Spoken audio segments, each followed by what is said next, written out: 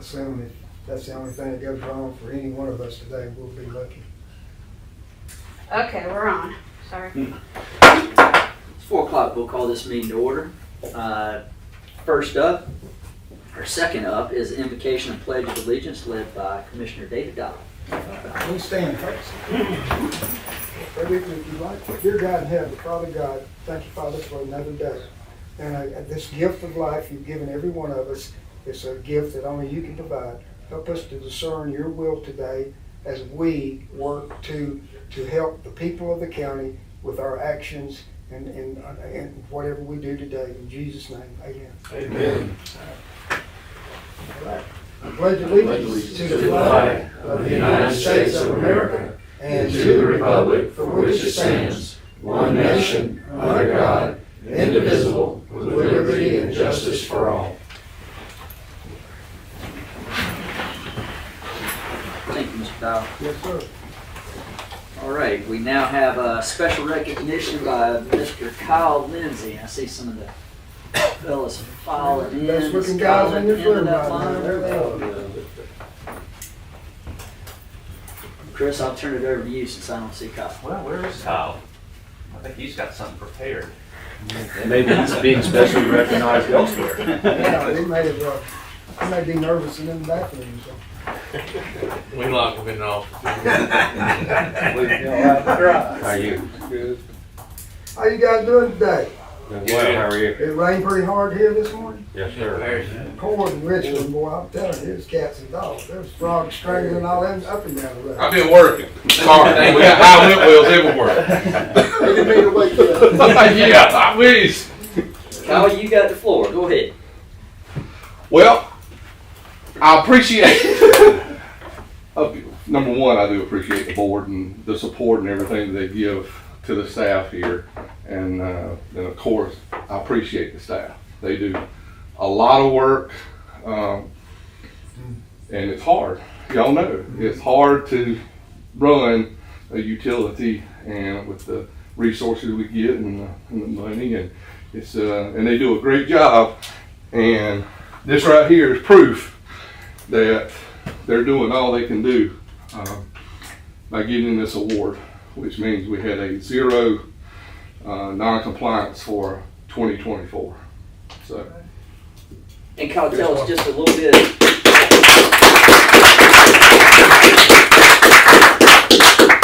Tell us just a little bit so that when people watch this on YouTube, what that award is, who gives it, and why. yeah, so South Carolina Department of Environmental Services, got it right. They put this award out that any utility can submit to in the state that, and there's a big application that you had to fill out to submit stating, if we had any non-compliances, but it goes further that we even submit the SSOs we have, how many miles of pipe we have, all the equipment that we have is within this application, and DES will go back and compare our non-compliances with their records and the SSOs, and they're the ones that makes the final decision on who receives this. There's like 300 utilities in South Carolina, and only 32 received this award. Now, I'm not saying that all of them put in for it. I don't know that, but only 32 out of the whole state even received this award. That's wonderful. Good job. Great job. So, Is safety a percentage of the, I imagine? safety is actually not on this one. It's Okay. all about running the equipment and the processes Okay. and Thanks. that. And Kyle, if you would, take a minute and introduce your staff that's here so we can make sure that we know who they are and thank them too. So I start with Johnny McCall, who is the plant supervisor. I've worked with Johnny many years when he was at REWA. And luckily he's a hometown boy from Westminster, so I was able to pull him when I came. And then y'all know Dalton. Dalton's in the pre-treatment. Donald has been an operator. How long have you been an operator here? 17. 17 years. Keith Wilbank, so y'all know Keith actually retired with 28 years here, and we were able to get him back on as a contract operator to help. So with his knowledge and all of the plant and working here, so he's going to be a definite asset moving forward when we have operators that, you know, we need to flex and is off or vacation or sick time, we can bring Keith in to help. And then Terry is in our conveyance department. He worked here previously and we got him back, which he's been another big asset to Michael. Michael McLean's the conveyance supervisor. Michael's had a lot of experience in the conveyance system, so we're proud to have him here with us. And then we have Ramey. Ramey is a new operator. He just started last week. He has a degree in mechatronics, and he's from up in this area. So we're happy to get him on board and to start his career with us. So He's working hard to get us trained. my two maintenance guys is out running, so they couldn't be here right now. We actually just made an offer to a maintenance guy, and he has accepted it, the position. So we'll be bringing on another one, and I'm still looking for a maintenance supervisor and another technician too. So. Well, Kyle, we certainly appreciate all the work that you do for us, as well as All you guys. these men and the rest of the women that work here, so thank you very much. Thank y'all. Appreciate it.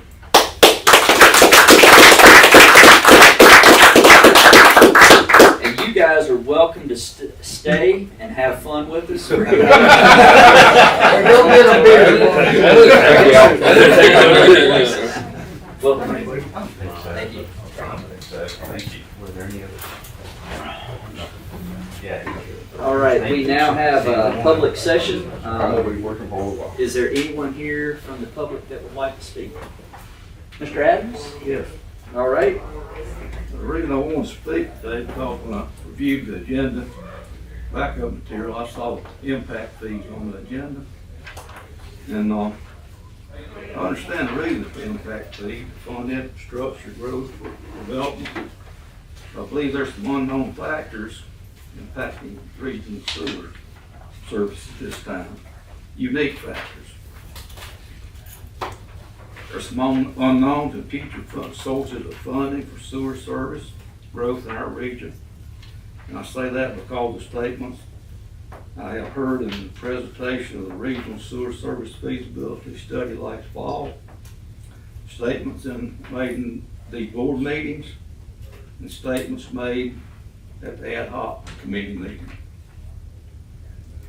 Second, they're unknown on what the ad hoc committee recommendation will be, and if and how the recommendation would be implemented. Does this board need to saddle any future groups governing sewer service regionally with another large increase in the impact fees at this time? Third, our country and county are facing unknowns on President Trump's economic agenda, especially on tariffs. It certainly appears that industry will be reshored to America in the future, and our county council has positioned our county well to take advantage of solid, desirable development. We should guard against the impact fees being so high to hinder development opportunities. Like many things, impact fees are a double-edged sword, and a balanced approach needs to be used to weigh all factors involved in future development and these fees. Thank you. Thank you, Joe. Is there anyone else who'd like to speak? All right. We will move on. The next item on the agenda is approval of minutes from March 6, 2025. Is there a motion? Motion approved. Second. All right, and then you got that? Yep. You made it? All right, have a motion and a second. Any discussion? All in favor, please say aye. Aye. Any opposed? Motion passes. Next item, committee and other meeting reports. We will start with the sewer feasibility implementation meeting of February 13th. Ms. Stevens. Okay, Mr. Adams, that just spoke now, was, spoke in the public session on that meeting.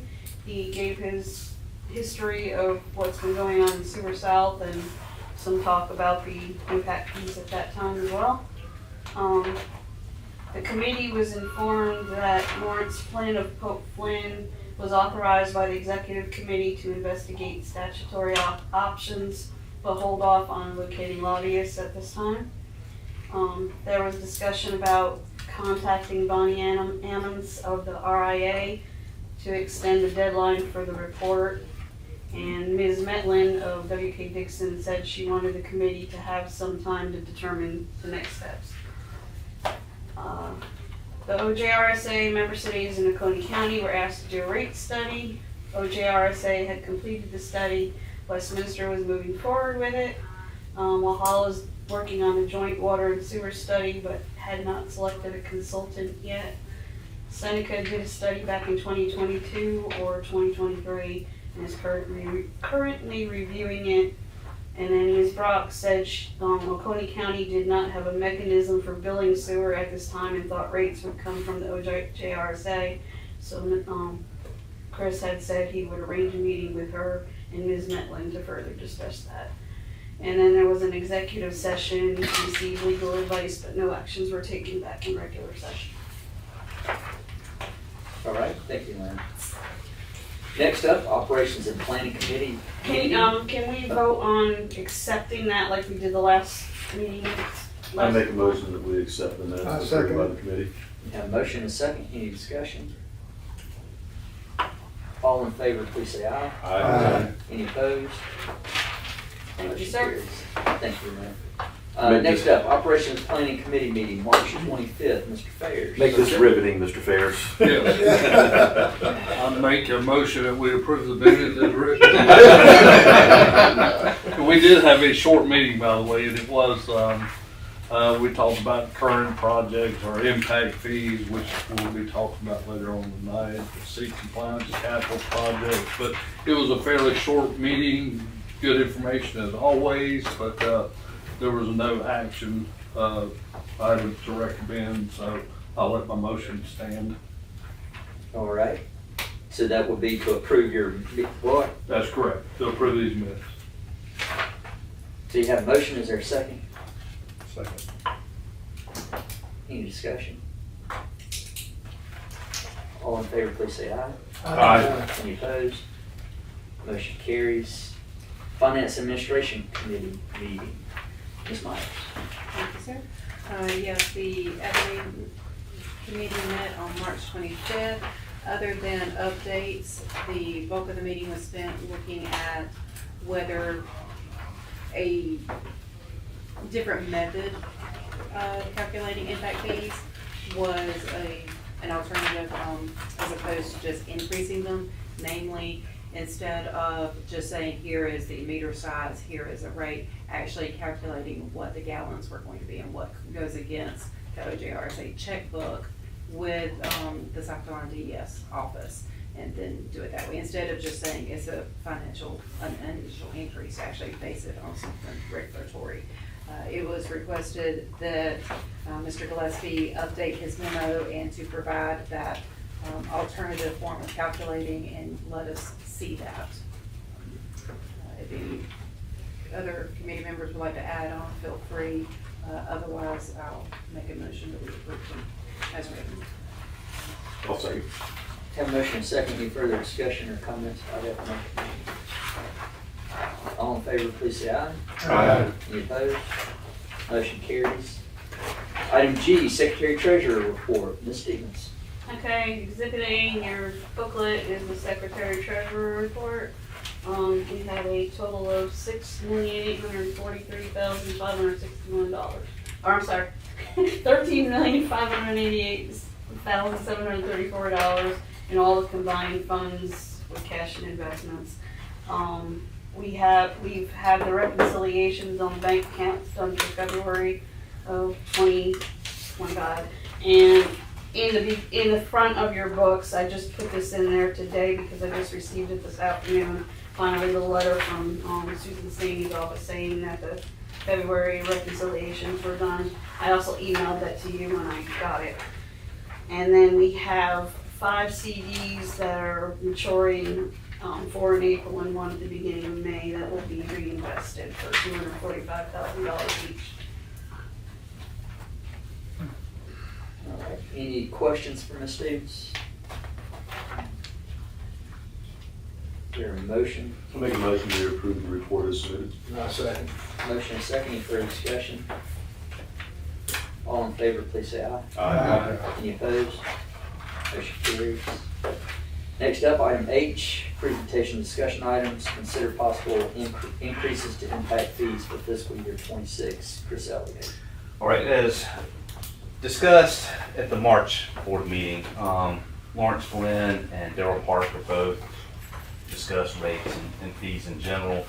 And the discussion at that time came up about impact fees.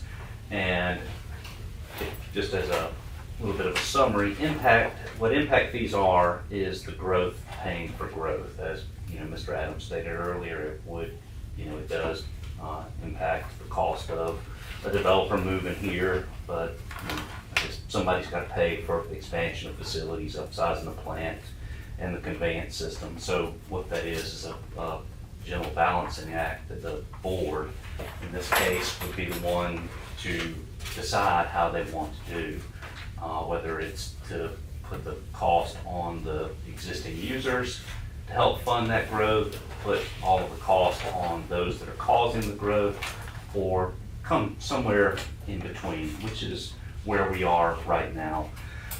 We currently have an impact fee of that's based on $15.25 per gallon.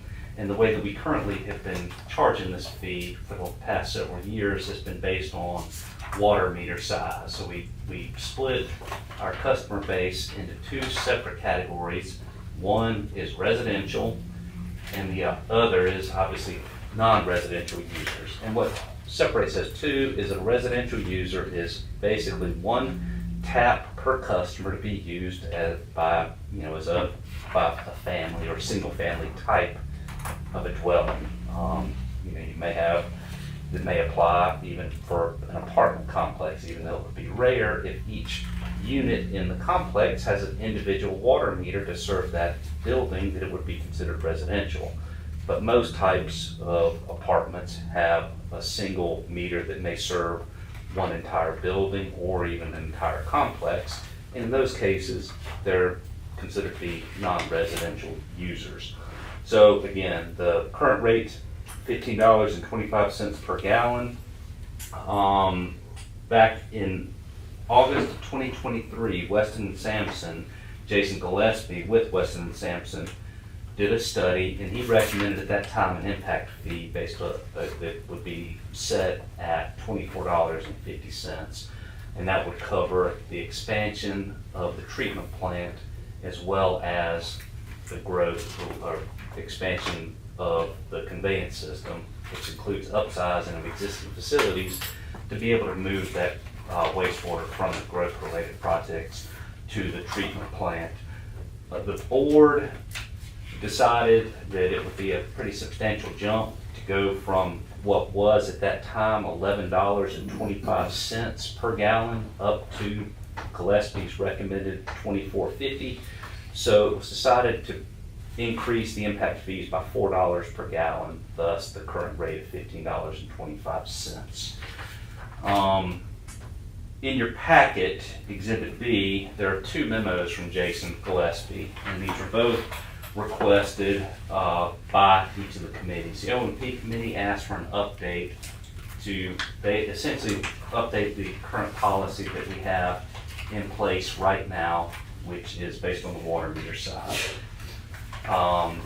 And the F&A committee asked us to look at using a model that is more reflective of what the Department of Environmental Services uses to determine the hydraulic loading capacity of wastewater as stated in the regulation, which is the Regulation 6167 and they have an appendix table in the back that's referred to as Appendix A, and Mr. Gillespie has captured that in his memo, showing you what those numbers are, as well as giving you a couple of sample calculations. One using the current rate of 15.25 per gallon as compared to the DES flow versus the water meter that we currently bill by, and then what that rate would be based on the DES flow at the full $25.73, which he now recommends as a per gallon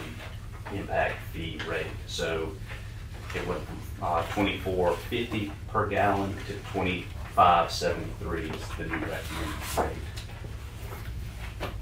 Let's see if there's anything else worth mentioning. That where this is vital as far as the timing goes is it's been established in the past that we would revisit the sewer use regulation, the schedule of fees each year when we do the budget. So I'm looking for any recommendation from the board as to what to include in that draft version, the schedule of fees for consideration that go into effect July 1, if so approved by the board at a later date. Well, I found Appendix A pretty enlightening in how it breaks down the various businesses and whatnot. I was looking at that before we started. I mean, what exactly is hydraulic loading? What is that? How much wastewater any type of facility that is used for that specific person or purpose is estimated to contribute to the wastewater treatment plant and the conveyance system. So those are the numbers that a facility is designed to. A pipeline, pump station, treatment plants, those are the design numbers that are used in the calculation. Okay. They're overly conservative, is what we have come to find out. But those are still the standards that are used. Okay. The OJRSA used to use that model years ago before we changed to the water meter, the current system that we use now, which I think happened in 2022, give or take a year either way. That former method that we did using the Appendix A is a very cumbersome and difficult method in many cases, because a lot of what you have when you start doing the calculations for these, many of them may overlap.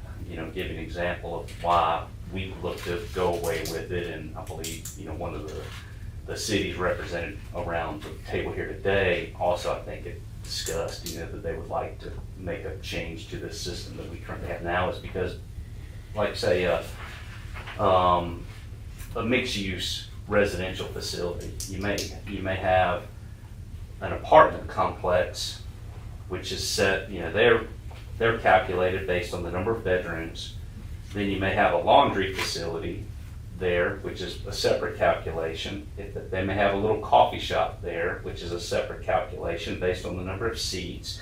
You have a swimming pool, a gymnasium, and all these are different numbers that you have to use to calculate the amount of gallons that they would use as an estimate. Then multiply that times the currently the $15.25 per gallon, whereas the water meter is we just use that as a fixed rate. They may use more water than what's going through the water meter, or they may use less, but the system that we have now took into account a survey of local water utilities for what they serve through various size meters, as well as the industry standard as well when that was developed. So that SJWD, that's Star, Tex, Jackson, Welford, and Duncan, and that's one water district up around the Duncan area? Yes, sir, that's correct.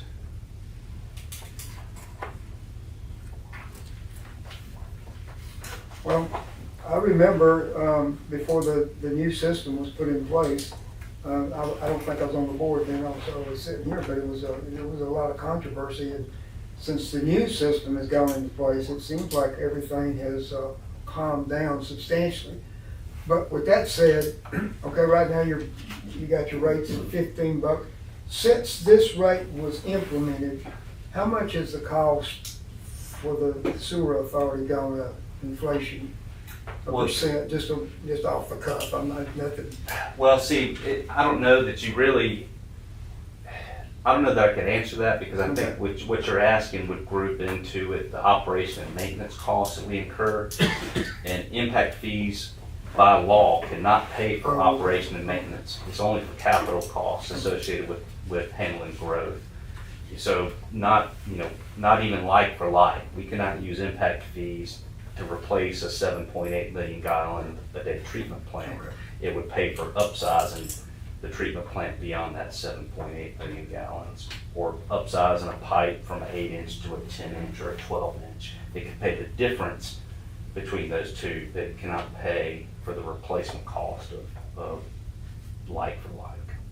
So the way impact fees would work in, say, a pump station replacement is that we would pay for the replacement of the station in a like for like cost. We determine what the calculation is for, we're gonna replace a 200 gallon a day or gallon per minute pump station, and say it's gonna cost $100,000 to do. That's a low number, but just for the sake of this, $100,000 to replace that, but we need to get it to 300 gallons a minute. We'll say that's an additional $50,000. So for that $150,000 total cost, the O&M fee or other fee would pay to, that would contribute the $100,000. The impact fee would contribute the $50,000 for the upsize of that facility. So at the last board meeting, we started talking about the Target shopping center up there on 123.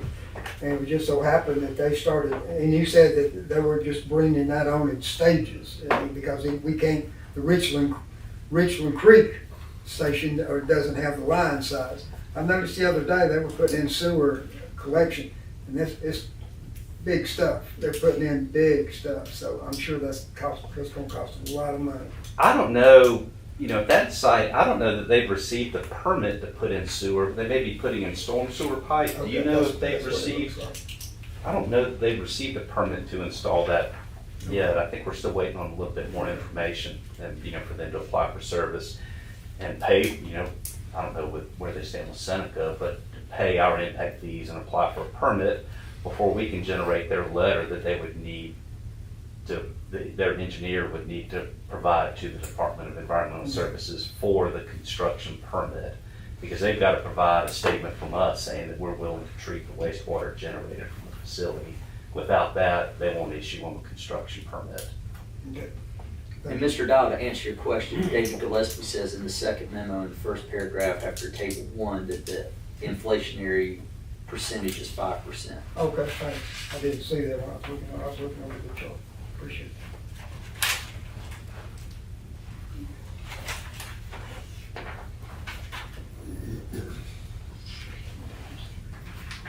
I will add in here too, from what I understood from what the F&A committee was asking, and any of the members over there can correct me if I'm mistaken, but what they were looking for wasn't a way of changing the rate or the fee that we currently now have it based on water meter size. What they were looking was to tie it back in line with what DES would charge at, so if with a house, for example, 150 gallons per day is what we charge, or what we currently consider a home to be based on the typical water use by a home, which, sewer is going to be based on.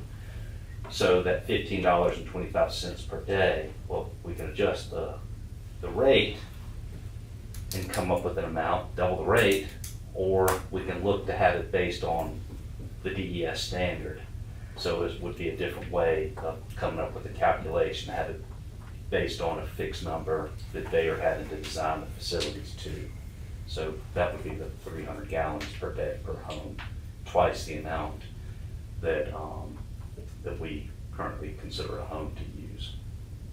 Did I capture that correctly, committee members? Yes, how do we connect it to a regulatory requirement versus just an increase in the rate and still accomplish the same thing?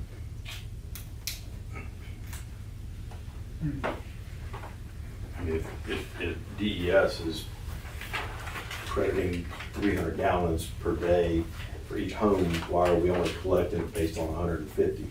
and collected on 300.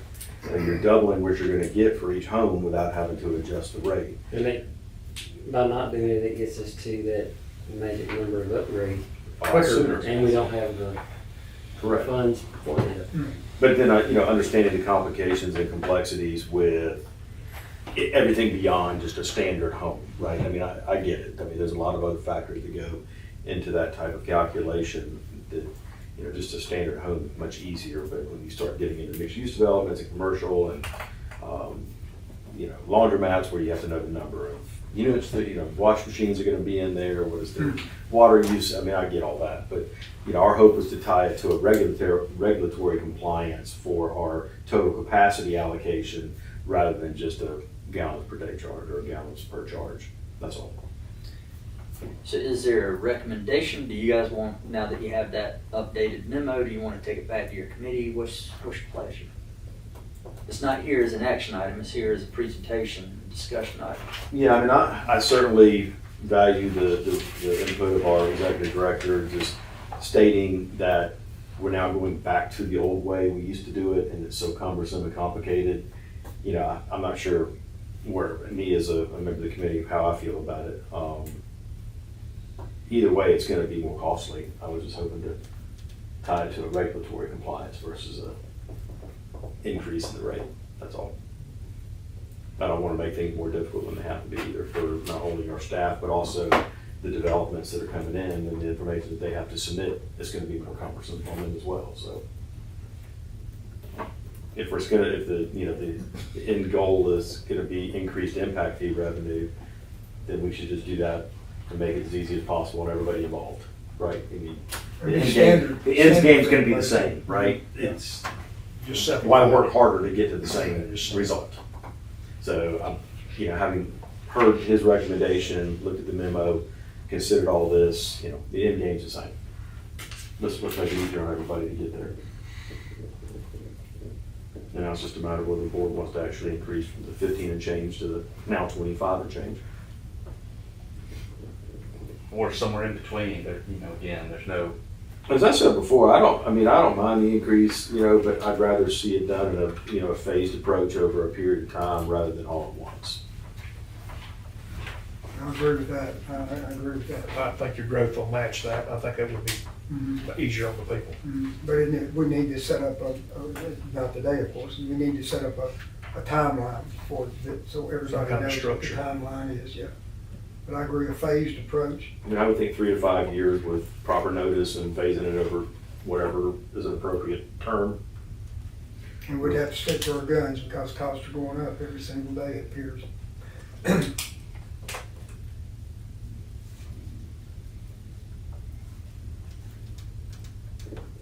And what happens if the money, what happens if the money does not meet the need? And what happens to life of pipe? That's my concern. I mean, Well, I think that the money is directly tied to, unless we phase it in at a smaller amount, the money is directly tied to that growth. So as the growth increases, It the would amount of increase as impact fee well. revenue would Okay. increase as well. Under this scenario, the problem is it's not on the same trend line, That's right? what I'm It worried may about. go up every year, but it's still not gonna be on the same trend line. So, to your point, in the beginning, we'd be getting less revenue per impact, right? So right. I still just think that just to be respectful of development and growth and our efforts to generate economic development, easing into it with a phased approach, to me, I'd be more likely to support. Would it be appropriate for this to go back to F&A for you guys to make a recommendation to us, or would you like to take any? If that's the board's pleasure, we'll be glad to kick it around for you a little bit and bring it back to you if that's what the chair and the board wants to I do. think I'd like to do that. It just kind of sounds like. And I'm not the chair, obviously Ms. Myers is, but Right, but I read the minutes and you guys got this memo after you had your meeting and didn't have a chance to kind of vet back through it, so you guys. I mean, if y'all want a recommendation from the board, then yes. I think that would be great. Even if your recommendation is let the board figure it out. that'd be good. so moved. No. All right. Any more discussion on that particular item? Okay, we'll move on to item I, action items. Receive public comments regarding resolution 25-02 or 2025-02, adoption of the OJRSA sewer use regulation. Exhibit C, the table has a copy, if anybody else would like to look at it. Is there anyone here that would like to make a comment about the sewer use regulation? Minutes from the public. All right. May I make a comment here real quick? Just for the record, to put this out, that we provided 3 legal notices that were advertised in the Seneca Journal during the week and on the weekend.